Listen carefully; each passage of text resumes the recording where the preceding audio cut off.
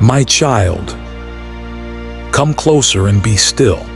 The very air around you is holding its breath, for this moment was ordained before the foundations of the world were laid.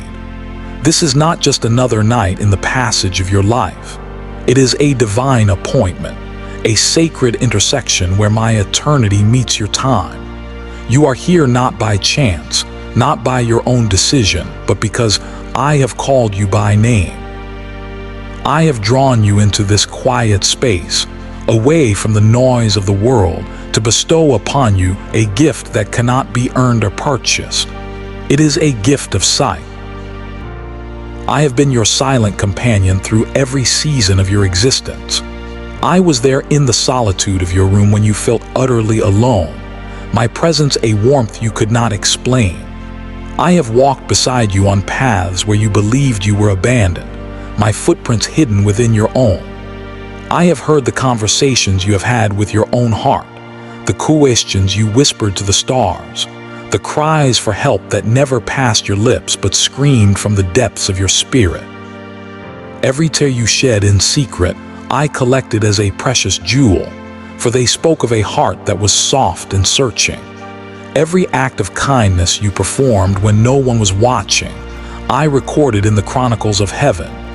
Every time you chose integrity when compromise would have been easier, a celebration echoed through my kingdom.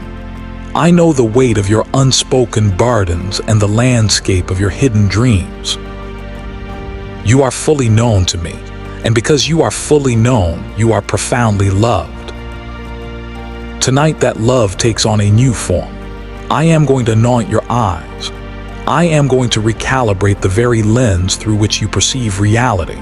For too long, you have seen through a glass darkened by fear, smudged by past disappointments, and distorted by the world's definitions of success and failure. You have seen life as a series of disconnected events, some joyful, some painful, all of them seemingly random. But I am about to show you the tapestry from my side. I will give you eyes to see the golden thread of my purpose weaving through every single moment, connecting everything with divine intention. The light I am placing within you is not a borrowed light. It is not a reflection of the sun or a glimmer from the moon. It is an original light, the very essence of my being that existed before I spoke creation into existence. It is the light of truth, the light of wisdom, the light of pure perception.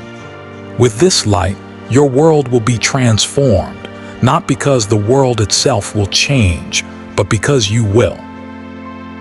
Where you have seen dead ends, you will begin to see divinely orchestrated detours, guiding you to a destination far greater than the one you had planned. Where you have seen loss, you will recognize the sacred act of pruning, the cutting away of what is temporary to make room for what is eternal. Where you see a formidable mountain of impossibility, your new eyes will see a staircase carved into the rock, waiting for your ascent. You have been asking me, my God, where are the answers to my prayers? Child, the answers have been all around you, disguised as ordinary people, as inconvenient interruptions, as painful goodbyes, as unexpected opportunities. Your sight, clouded by human expectation, failed to recognize them. Tonight I am washing your eyes with the living water that flows from my throne. This is more than a cleansing, it is an awakening. It is a rebirth of your perception. You will begin to see as I see, not with the limited vision of a mortal, but with the expansive clarity of your Creator. You will look upon your own life and finally understand. You will see why that relationship had to end, why that job was lost, why that dream was delayed. You will see that every closed door was an act of my protection, and every season of waiting was a period of preparation.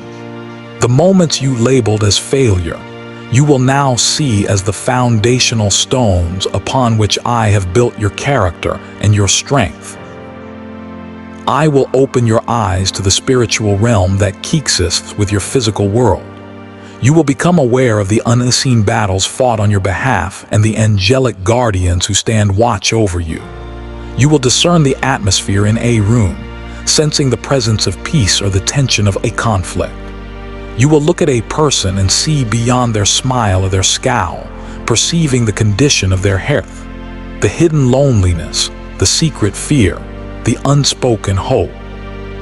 This is not a gift for judgment, but for compassion. You will see wounds not to condemn, but to become a source of my healing. You will perceive deception not to expose with pride, but to protect the vulnerable with wisdom. This new sight will change how you interact with creation itself. You will walk through a forest and see more than just trees. You will sense the ancient worship of the redwoods and hear the wisdom whispered by the wind in the leaves. You will look at a storm and see not chaos, but a demonstration of my power and a cleansing of the land. You will stand before the ocean and feel not its immensity, but the boundless nature of my love for you. The world will become a living sanctuary, every element testifying to my glory, my creativity, and my intricate care for you. Do not be afraid of this transformation, my beloved. I know that to see more is to feel more. With this gift comes a profound responsibility. The weight of what you see will sometimes feel heavy. You will see injustice so clearly that it will ache in your soul. You will perceive the pain in a crowded room so acutely that you will feel an urge to weep. You will recognize the emptiness behind the world's glittering prizes and feel a holy sorrow. There will be moments when the clarity is so sharp, you may long for the comfort of your former blindness. But I will not give you a burden you cannot carry.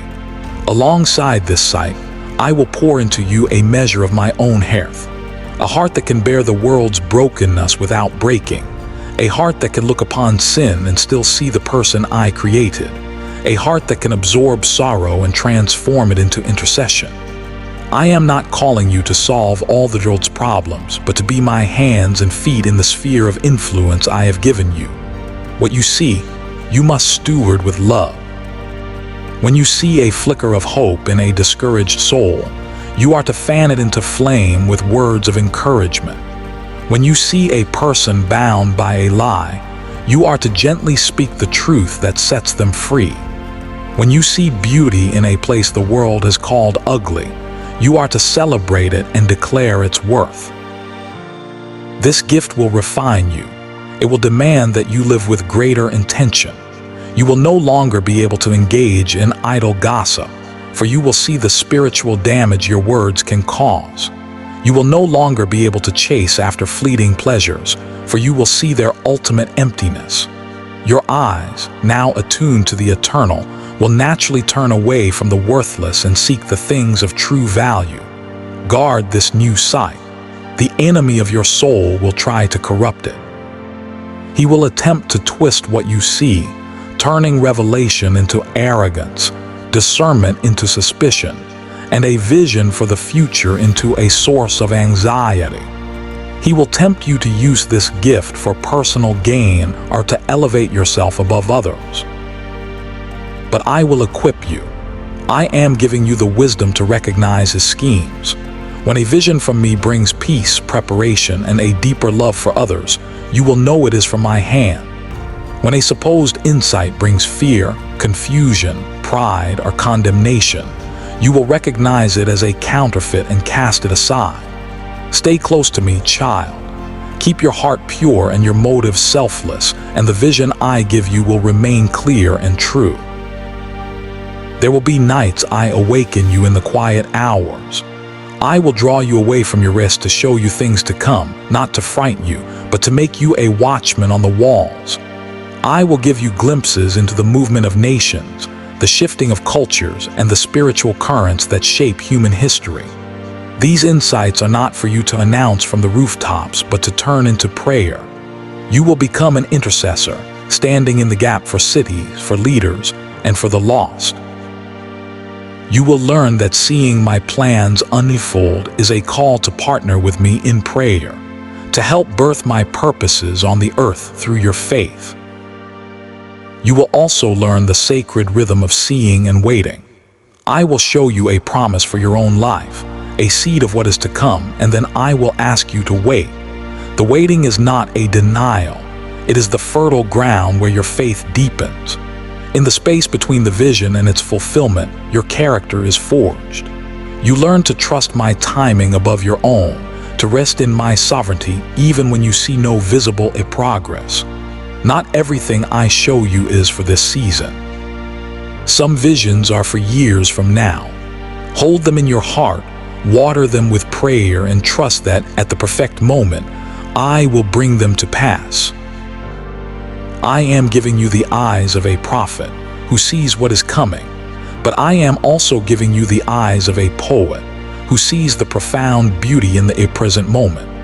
You will find wonder in the mundane, the intricate pattern of a leaf, the genuine laughter of a child, the kindness of a stranger. Your heart will overflow with gratitude for the small, daily miracles that others overlook. For to see as I see is to see that nothing is truly ordinary. Every person is a universe of stories. Every moment is pregnant with possibility, and every act of love sends ripples into eternity. There will come a day when you stand before a challenge that seems insurmountable, a red sea of impossibility before you.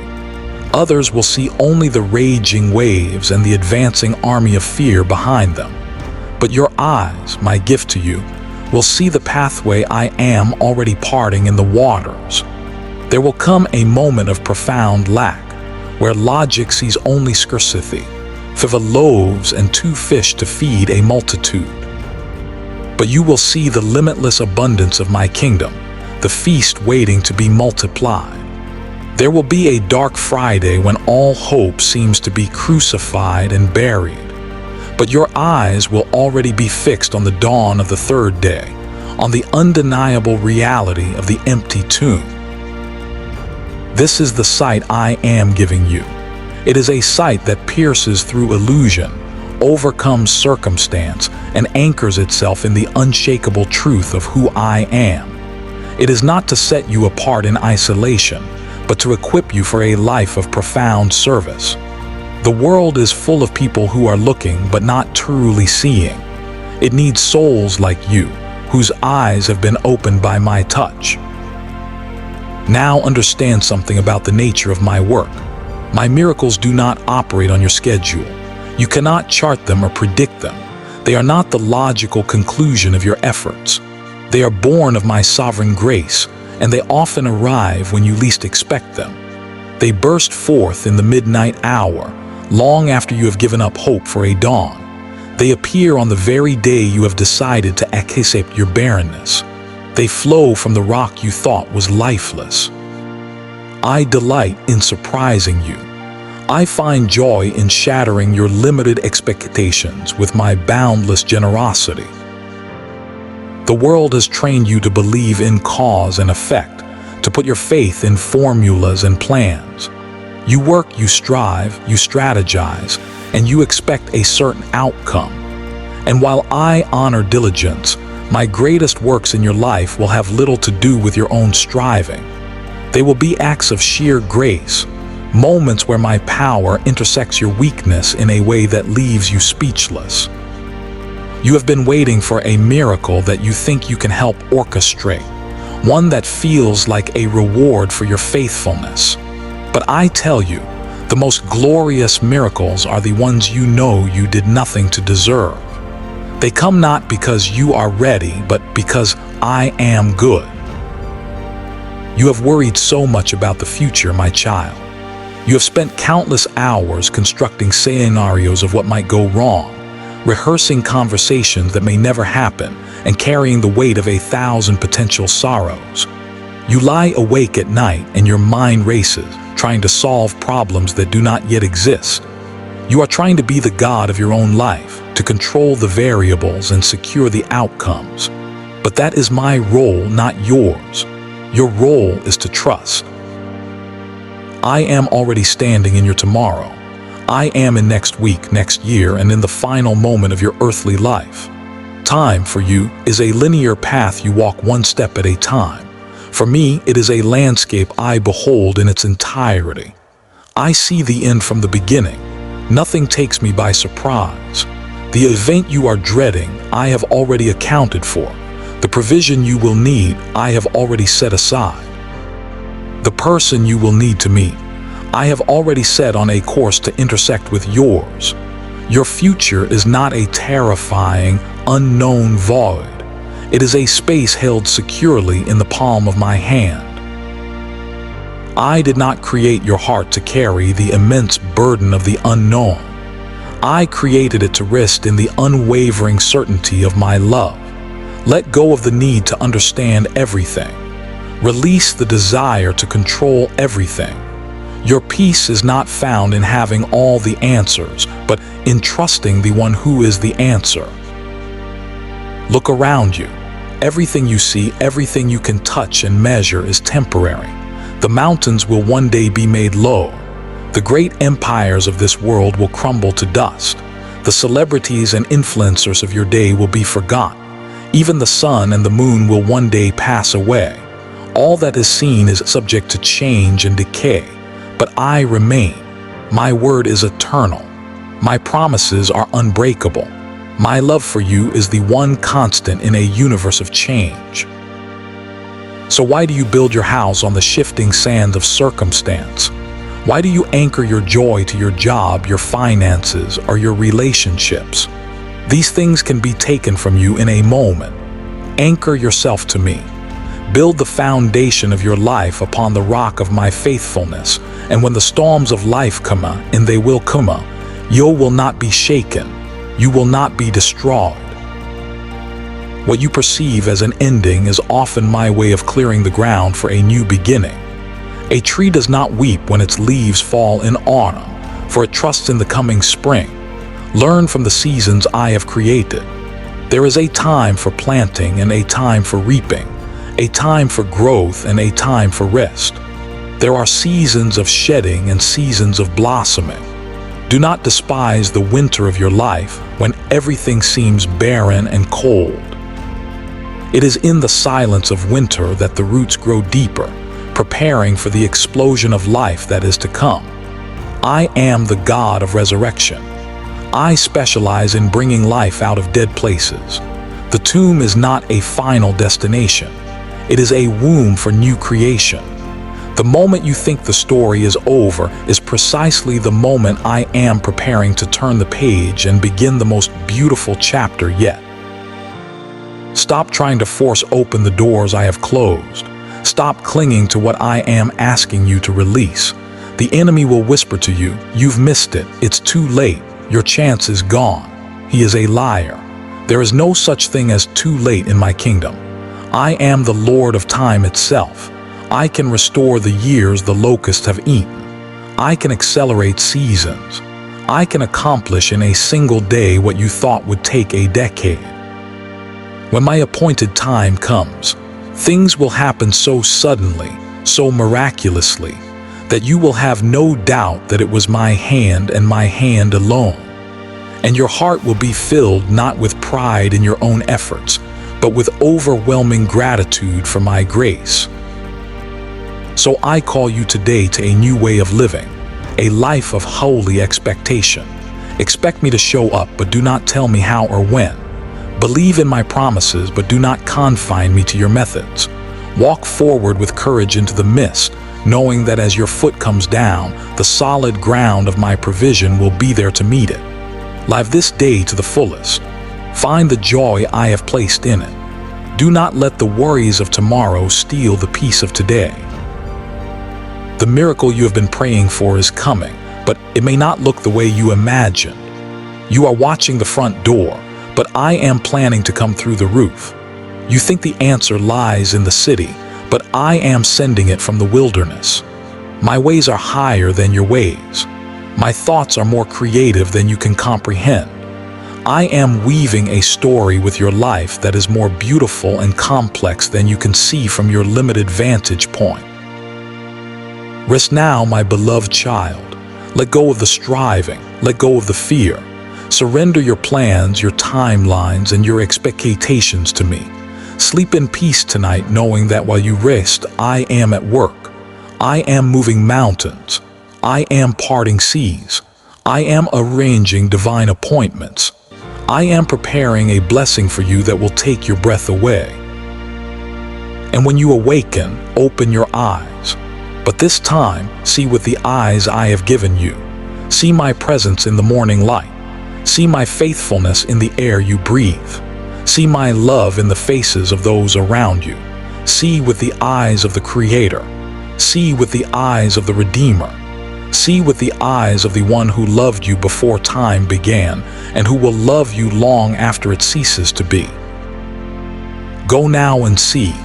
Your world has not changed, but you have, and that changes everything. For tonight was not an ordinary night. It was the night your eyes awakened to the supernatural and your heart found its eternal home in me.